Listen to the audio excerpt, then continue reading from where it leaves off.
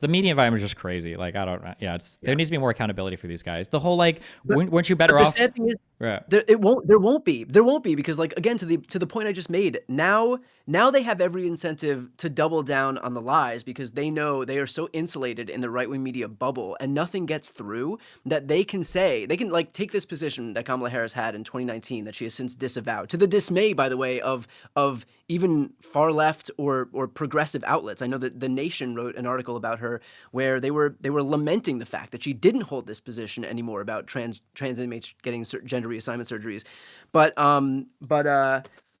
now there's no incentive to do that because they've seen that they could just pick some position, throw a ton of money behind it, and there's no way for anybody to find out otherwise. Like Mm-hmm. there really isn't. I mean, that's what they did in this. They made out of whole cloth a position that they said she predicated her campaign on, and everybody believed it. It was like one of the most effective campaigns in this cycle, the one where she made those comments. And so I don't know how we move forward from this, and and and and these people like have any scruples about what they're saying because there's no incentive to do that on the right anymore.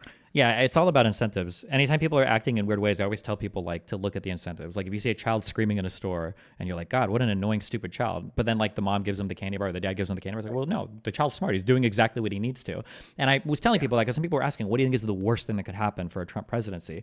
And I said, there's a world where unless he does something extremely insane or unhinged, which by the way, he absolutely still could, there's still a possibility of that happening. One of the worst things is just validating everything that's happened so far, right? That the whole, and even depending on how deep you want to go, like it's just so like everything relating to that January 6th case, Thomas like schizophrenically writing random shit in the immunity opinion so that Judge Cannon can throw that case out for long enough to Trump become president. So so he never has to like face any of those charges. Like all of this behavior, every single thing became A-okay because they won. Why wouldn't you engage in this behavior again? You'd be stupid not to, right?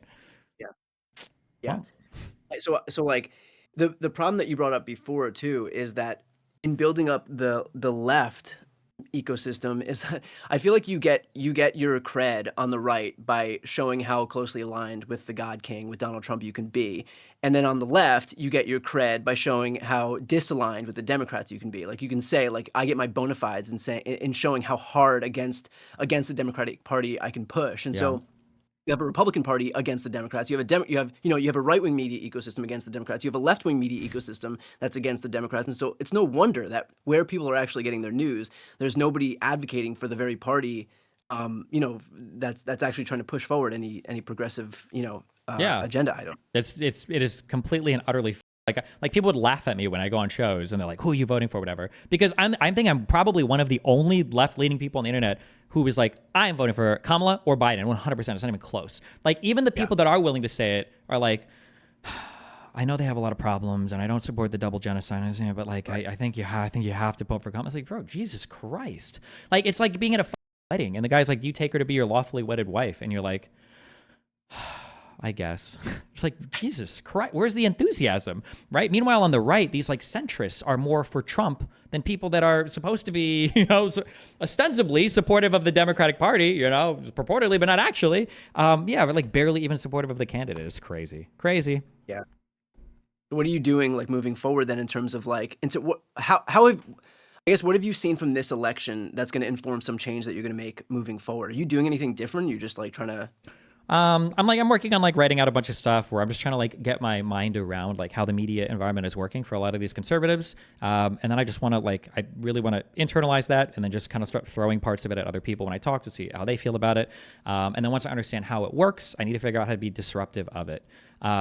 So like one of the things that you just said is one of the observations I've made. I think it's one of the largest problems. It's my heading for this is like left-wing media is not unified around the party nor the candidates. I think that's a huge problem. Your only buy-in for the right is you have to support Donald Trump. And if you do it, you're in. You've got it. You're good. But they enforce, people will say things like the left wing does infighting so much, but the right wing doesn't infight. That's not true. The right wing is incredibly stringent about infighting. You have to support Trump. The reason why the left wing seems like they infight more is because they do engage in infighting, but the infighting is to support like nobody. The infighting is that you have to be like almost like this like anti-American or this rabidly crazy progressive LGBT stuff or whatever, the stuff that like most people don't even buy into, and they're No, very like hyper fixated on that. there's a zero tolerance policy for any dissent on the most pure, like on the most pure aspects of the.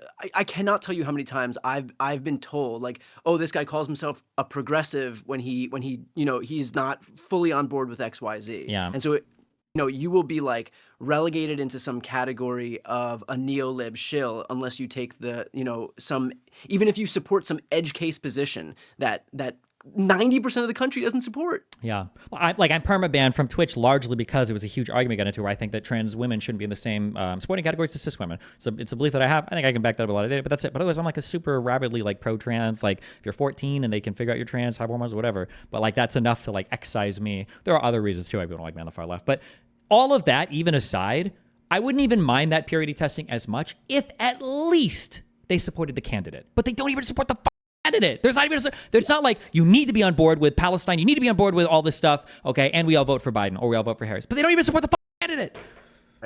Right.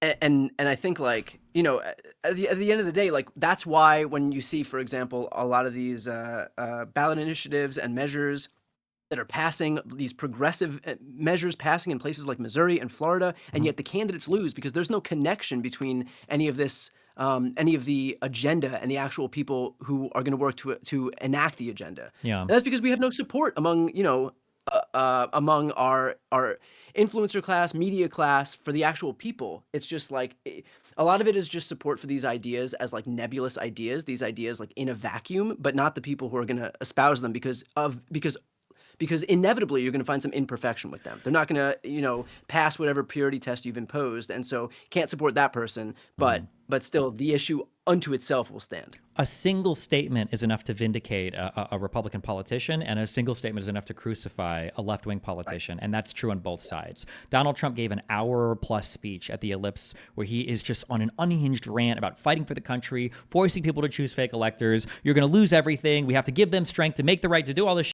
And one sentence was, I know you'll go marching peacefully. And somebody's like, well, that vindicates every single thing that happened that day. Meanwhile, for Kamala Harris, one of the most repeated talking points was the transgender surgeries for inmates in federal prisons. It's like, this is like two people. What the f are we talking about? Yeah. Well, no, that they love to do that. It's such an interesting tactic that they take. So like Trump could have made a speech where he's like, we need to rip them apart, go storm the Capitol, beat the shit out of them. You should go down there peacefully. And like one comment that he makes, they decide absolves all of the times that he. I'm trying to think how to say this so that it makes the most sense. Like they will point to times where he didn't say something incriminating, as if that absolves the times that he did. Does that make sense? Yeah. It can be something along the lines of like, we need to murder all of our political opponents. We need to hang them in the streets. We need to watch the blood run. And all of these things, after we've gotten our courts to convict them of crimes. And then the Republicans will just say, well, they were just talking about convicted people. Are you saying the death penalty is not legal in the United States? And it's like, okay, wow, okay. I mean, like, actually, don't even use analogies anymore. You can just look at history. People got mad at Biden because of that bullseye comment that he made to a private donor meeting about like, we need to put Trump's campaign in the bullseye, and Biden had to apologize on liberal media for that. Meanwhile, there's an actual, I think, a Democratic senator. What was her name? They got shot in the face after a Republican person running for office had an actual target bullseye on her face in a commercial. What the fuck? Abby Giffords, What about the revisionist history on the fact that the guy who tried to assassinate Trump the first time was a Republican? It was like this, and how much you said no? Oh, no, I said, you're right. Yeah, no, yeah. It's I mean, like, I think his name was Ryan Ruth. Is that right? Like, I don't remember. This guy's a registered Republican, and so. And immediately after that, it became they. Like everybody on the right was lumping him into the left as if we had some ownership over some registered Republican out there. Yeah, and then like the Secret Service were against Trump, and they wanted, and also like I also love the it's a common thing where like your opponents are simultaneously like all controlling, but also the most inept morons of all time. Like the Secret Service was in cahoots with the guy that shot at Trump, and that's why it took him so long to get the guy. But somehow this guy can't get a real scope and zero it for his rifle and make a shot at 100 yards with an airfield. Like, what the how is it like simultaneously they're so coordinated and so powerful and so deep state ready, and then they failed at like the most obvious assassination plots like at all time? Like, it's all nonsense, bro. Oh, it's so crazy. Yeah.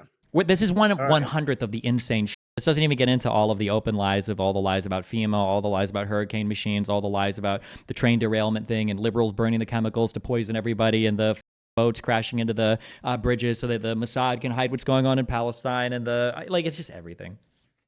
Yeah. All right. Well, thanks for letting me on your stream. Yeah. Have Appreciate it. fun. We're gonna have a fun 4 years, assuming Trump doesn't start murdering or arresting us or denaturalizing people. I guess, so we're doing that too, decitizenshipping people. So. Yeah. Are you doing anything, by the way, to like the problem? I think the problem with at least I can speak for myself, but I was banking on having some of this time, assuming Kamala won. I was banking on having this time to actually relax after what was basically 2 years of just Trump, Trump, Trump anyway. Because as he came back onto the zeitgeist, that's all we could focus on. How are you like navigating what is inevitably right now just an immediate entrance into Trump 2.0? I want to see a significant change in the media landscape. So whereas before I was a lot more conservative with my approach to candidates and parties, I'm trying to I've got a few meetings set up and I'm trying to bark up a lot of DNC trees right now. Like I would like to be. The idea is I would like to be in charge of or have a major role in one of the 2026 Democratic campaigns, like for federal, like House or Senate or a governor race. I think we can run the ground game better. I know I could show up 500 plus canvassers, probably 1,000 plus for a call to action like this. We have histories of like running long-term campaigns and everything. Like we have the infrastructure, everything to do it. I want to be a lot more involved in like pushing that stuff because like like before I was understanding where it's like, oh, yeah, I'm kind of edgy. I say like whatever. But like Donald Trump, I don't even know if you know who Aiden Ross is, but the fact that like Donald Trump is like shouting this guy out, like this is a guy that like 6 months ago, if you Google me and him, like he's on a like show with me, like screaming at me, "You're a 40-year-old faggot, you're a 40," like 50 times. And I'm like, this guy is being shouted out by President Donald Trump, and the Republicans like, or I'm sorry, and then the Democrats don't even want Kamala Harris to go on like Joe Rogan. Like this is not working. This is insane. I couldn't even get her on my show. Oh, geez. I tried to get her on my show, and the look, I get on one side that they probably viewed my show, they viewed Pod Save America as like we've already got this audience, and so what's the point? And so we'll just go on to Call Her Daddy, all the smoke shows like that, where there's a bigger independent audience. But at the same time, that is a failure of this campaign to use this rare moment in time where the whole world is watching and actually validate these creators who are then going to move forward and advocate for your agenda for the next 12 months a year. Like, and nobody laid hands on anybody in left of center media at all. Yeah. Yeah, And it's like they yeah. squandered all of this time, and then they wonder why we don't have as strong a media ecosystem as the right does. But like, what did the campaign do? And look, I get it. They had 170 days, so I don't know that I would have actually like changed anything. But you know, for her to have validated, not even me, just like find some smaller creators, find some people that you can lay hands on and give them some cred when they move forward, and like then those people can become emissaries for you and the Democratic Party. Pete Buttigieg is really good at this, where Yes. he will go on a ton of small shows, and not only does that help these shows because now they've got Pete, they've got a stamp of approval, they can get more views themselves, but like that 10 minutes he gave them, these people are going to be such big fans of this guy forever because of what he did for them, and those people can be evangelists for him. They can be missionaries for this guy moving forward, and so it's a win-win. Like they're going to sing his praises for the rest of their careers, basically, and now those people have a megaphone too to do the day-to-day work that the party needs. Yeah. The Democratic establishment needs to get better at like weaponizing their members in Congress to actually go out and do things. Unfortunately, but they won't. They'll just go on like they just keep. They're. I think they view it as not being a legitimate appearance on some media outlet unless it's got the halo of mainstream media, unless it's like CBS or ABC or CNN. But you have to like the thing is, and this comes down to like understanding the media environments, and everybody does this today. You're playing a lot for the short clips and everything because maybe going on a Brian Tyler Cohen or even like a Destiny stream or even a smaller stream, maybe that doesn't get very many views. Maybe it gets 20,000 views on YouTube, which is nothing. But maybe you have a clip on that actually is like resonating with people, and then it goes on TikTok, and then it blows up, and now you've got people on mainstream media that are talking about that particular thing, right? And this is the type of attention grabbing. Again, you've got so many people. What is it? Over 600 members in Congress, according to Jill Stein. You've got so many people in Congress. Okay, use these people. Send them out to do shows and stuff. The only people that are willing to do it are very, very, very far left. Is your AOCs. AOC needs to be a model for how to engage with the media. She was like one of the most popular politicians in the world as a member of the House of Representatives. It needs to be more. Yeah, Ro Khanna does a decent job. Pete Buttigieg does a really good job, obviously, of going out. Like more of these guys need to go out and like get active on stuff like this. Yeah. Yeah, but they don't. I mean, the sad part is like we had this rare sliver of time where these people again could have laid hands, and like all of the major moments, all of the news.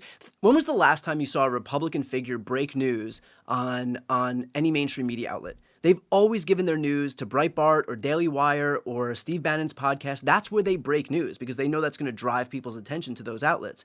And yet the Democrats only give it. Like I've had I think it must be over 295 interviews at this point, and like no one has been like, hey, we want to break some news on your show. They will save that for like something that has the glossy veneer of mainstream media, the same mainstream media that 5 minutes later they'll turn around and criticize because they do both sidesism. I mean, how many times do you see Democrats complain about Axios or Politico or any of these shows, and yet like, they still reward them. Like, talk about incentive structure. They reward these people with all of the news anyway, even though regardless of how much they complain about it. Yeah, like the approach is crazy. Like if you've ever gone through the slides on that Fox v. Dominion lawsuit, like Fox News is like, what are the intentional lies that we can tell our audience to keep them from going to OAN or Newsmax? And then on the left, it's like, okay, well, how are we going to challenge Kamala and Biden in the most brutal possible to keep ourselves honest? It's like It's just not the same environment. It's not even close. Yeah. Yeah. Which like doesn't mean that you can't be critical. And in fact, if I'm going to do one thing moving forward, I mean, now that we didn't win the election, and there is not even any leader of the Democratic Party. I feel less obligated because, like, going into the election, there is a sense of obligation where I'm like, okay, if I say something publicly that's too critical, then it'll be weaponized by the right, and so because they're not doing it in good faith. Like I would be criticizing in good faith, they would be weaponizing it in bad faith, and so you have to figure out like, is it worth it to say something because if it's just going to be weaponized by the right. But now we're in the wilderness, man. And so like, you kind of freed up to say whatever you need to say and be as critical as you need to be. But I do think so it doesn't need to be like this groveling, Kim Jong-un, North Korean lady style media. But at the same time, there has to be some sense of like, if you are as progressive as you claim to be, then you get nowhere by hurting the only party that's going to get you the closest to it. Yes, they're not going to satisfy whatever purity test you've imposed, but like it's a hell of a lot closer than what we're in right now. Where like, Lee Zeldin with a 14% rating from the League of Conservation Voters is going to be in charge of the EPA, where Matt Gaetz is going to be in charge of the Department of Justice, right? I appreciate that, Destiny. All right, bye. Remember to hit that like and subscribe, and don't forget the notification bell so that my videos show up right in your feed.